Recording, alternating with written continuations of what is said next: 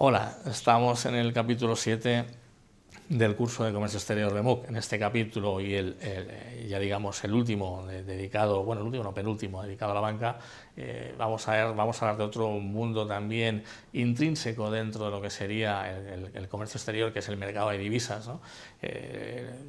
Cuando comerciamos en comercio nacional, pues no tenemos, digamos, pagos en divisas generalmente, ¿no? Y cuando comerciamos pues, en el exterior, por supuesto tenemos una moneda hoy en día unificada muy potente que es el euro, pero también existen otro tipo de divisas, ¿no? Como el dólar, el yen, la libra, etcétera, y que tienen su cabida en todo lo que es el comercio exterior. Como cuando hablamos de mercado de divisas, ¿de qué hablamos? El mercado de divisas en sí pues es un mercado, digamos, que no cierra nunca, ¿no? Es un mercado continuo, es un mercado que cuando estamos operando en el mercado de Londres y cierra Londres, abre Tokio, y cuando cierra Tokio se abre en Australia, y cuando se cierra en Australia se vuelve a abrir en Asia, y en fin, es un mercado que es continuo, ¿no? Por lo tanto no tiene un cierre. También hablamos de dos mercados cuando hablamos de mercados de divisa. Hablamos del mercado spot o mercado al contado y el mercado forward o mercado futuro, ¿no? Esto como, digamos, concepciones principales, ¿no? ¿Qué ocurre en España? En España, que con esto, bueno, el mercado de divisas realmente existe en España prácticamente desde el año 1992, ¿no? Antes existía, pues bueno, para grandes exportadores, afines al antiguo régimen, a los cuales se les podía dejar alguna cuenta en divisas convertibles, ¿no? O divisas, digamos, sujetas a cotización fuera del Estado español, ¿no? Respecto a realmente la liberalización de capitales de 1992 es la que marca el mercado de divisas en España, y a partir de ahí pues digamos pues los residentes en España pueden tener divisas cotizables, pueden tener cuentas en divisas tanto en España como en el exterior. Es convertible, por supuesto, su divisa, que es el euro, y antes la peseta, no convertible, porque antes de 1922 no era una divisa convertible o no convertible. No se puede convertir con otra divisa, no te pueden cambiar una unidad de divisa por otra cuando esta no es convertible por un régimen, por supuesto, pues gubernamental, ¿no? Y después, pues a partir de ahí, desde 1992, empieza una libre cotización que se llama la libre cotización de las divisas, y que es libre porque todas las entidades financieras las cotizan libremente. Cada entidad financiera va a cotizar las divisas en función de los intereses de sus clientes. Hay entidades financieras que cotizarán el rand sudafricano porque sus clientes tienen, digamos, negocios en Sudáfrica. Otra decidirá cotizar el real brasileño porque tiene negocios en Brasil. Son de libre cotización. No quiere eso decir que todas las entidades financieras que cotizan divisas, pues las básicas las cotizan todos, ¿no? Pues el yen, la libra, el dólar USA, los dólares canadienses, el neozelandés, el peso mexicano, el dirham marroquí, en fin, hay algunas que son prácticamente cotizables por todos. Pero puede haber otras, el yuan chino, el rial saudí, en fin, la que sea, que a lo mejor un banco la cotiza y otra no. Eso es lo que marca la liberalización. A partir de ahí, como decíamos, existen dos mercados, el mercado spot, un mercado de contado, y el mercado forward, que es de operaciones para futuro. El mercado spot son operaciones de 1 y 2 días de valor, 0, 1 y 2 días de valor, mientras que cuando hablamos de un mercado forward de futuro ya hablamos de un mercado de más de 3 días de valor. ¿Qué factores también intervienen hoy en día en los cambios, ¿no? Digamos, el tipo de cambio es importante cuando referenciamos el tipo de cambio. El tipo de cambio directo, pues, es el que utilizamos en Europa, ¿no? Que es poner EUR barra USD, ¿no? Poner delante el euro. Dices 1,3, bueno, pues quiere decir que hacen falta 1,3 dólares para que te den un euro, ¿no?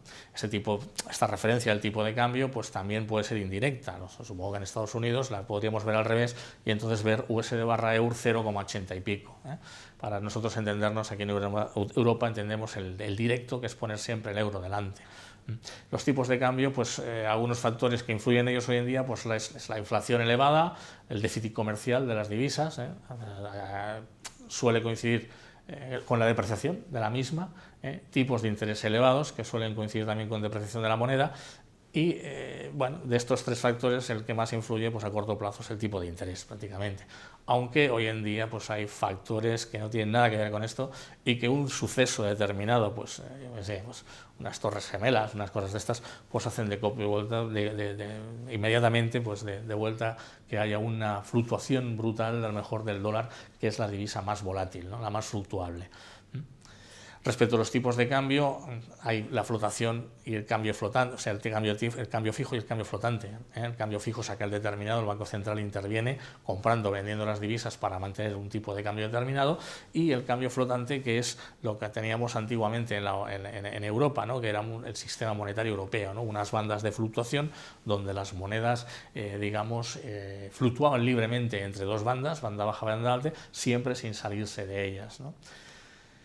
Algunos conceptos claves en el mercado de divisa, ¿no? Cuando hablamos de depreciación y apreciación, o de evaluación y revaluación, no son conceptos realmente sinónimos. La depreciación es, un concepto en el que interviene la oferta y la demanda, mientras que la apreciación y la depreciación, mientras que la devaluación y la revaluación son conceptos en los que interviene son conceptos gubernamentales. Aquí lo que hay es una decisión gubernamental de devaluar una moneda por imperativo legal y a lo mejor para favorecer las exportaciones, etcétera, etcétera. Pero son conceptos diferentes. Después tenemos, como hemos dicho, el interés de las divisas, otro factor muy importante, muy importante. Digamos, aquí en Europa decimos que las divisas cotizan en el mercado de Londres, ¿no? Y de aquí sale el LIBOR, ¿no? El London Interbank Offered Rate, ¿no? El tipo de interés de las divisas. El nuestro, por supuesto, del euro es el Euribor. Y cuando hablamos de divisas de mercado de futuro, también tenemos ya que empezar a hablar de otro tema, que es el riesgo de cambio, ¿no? ¿Qué es el riesgo de cambio, ¿no? Es la incertidumbre que se me genera cuando voy a cobrar o voy a vender, cuando voy a cobrar o voy a pagar divisas en un futuro, ¿no? Tengo que cobrar divisas de aquí a tantos días, ¿a cuántos euros las cobraré, ¿no? Tengo que pagar divisas de aquí a tantos días, ¿a cuántos euros las pagaré? Porque mi divisa natural es el euro. Por lo tanto, esa es una incertidumbre que puedo hacerla desaparecer, por supuesto. Puedo hacerla desaparecer utilizando instrumentos de cobertura básicamente internos, como puede ser con una cuenta en divisas, compensando pagos. A lo mejor también otra sería, marcar en el contrato de compraventa quién se va a hacer cargo de un posible riesgo de cambio, una fluctuación. Y después ya tenemos instrumentos bancarios, ¿no? Utilizados por las entidades bancarias, seguros de cambio, opciones en divisa y mecanismos o productos estructurados. También podríamos matar el riesgo de cambio con financiación como el Factoring, Forfaiting o Confirming, que es financiación sin recurso.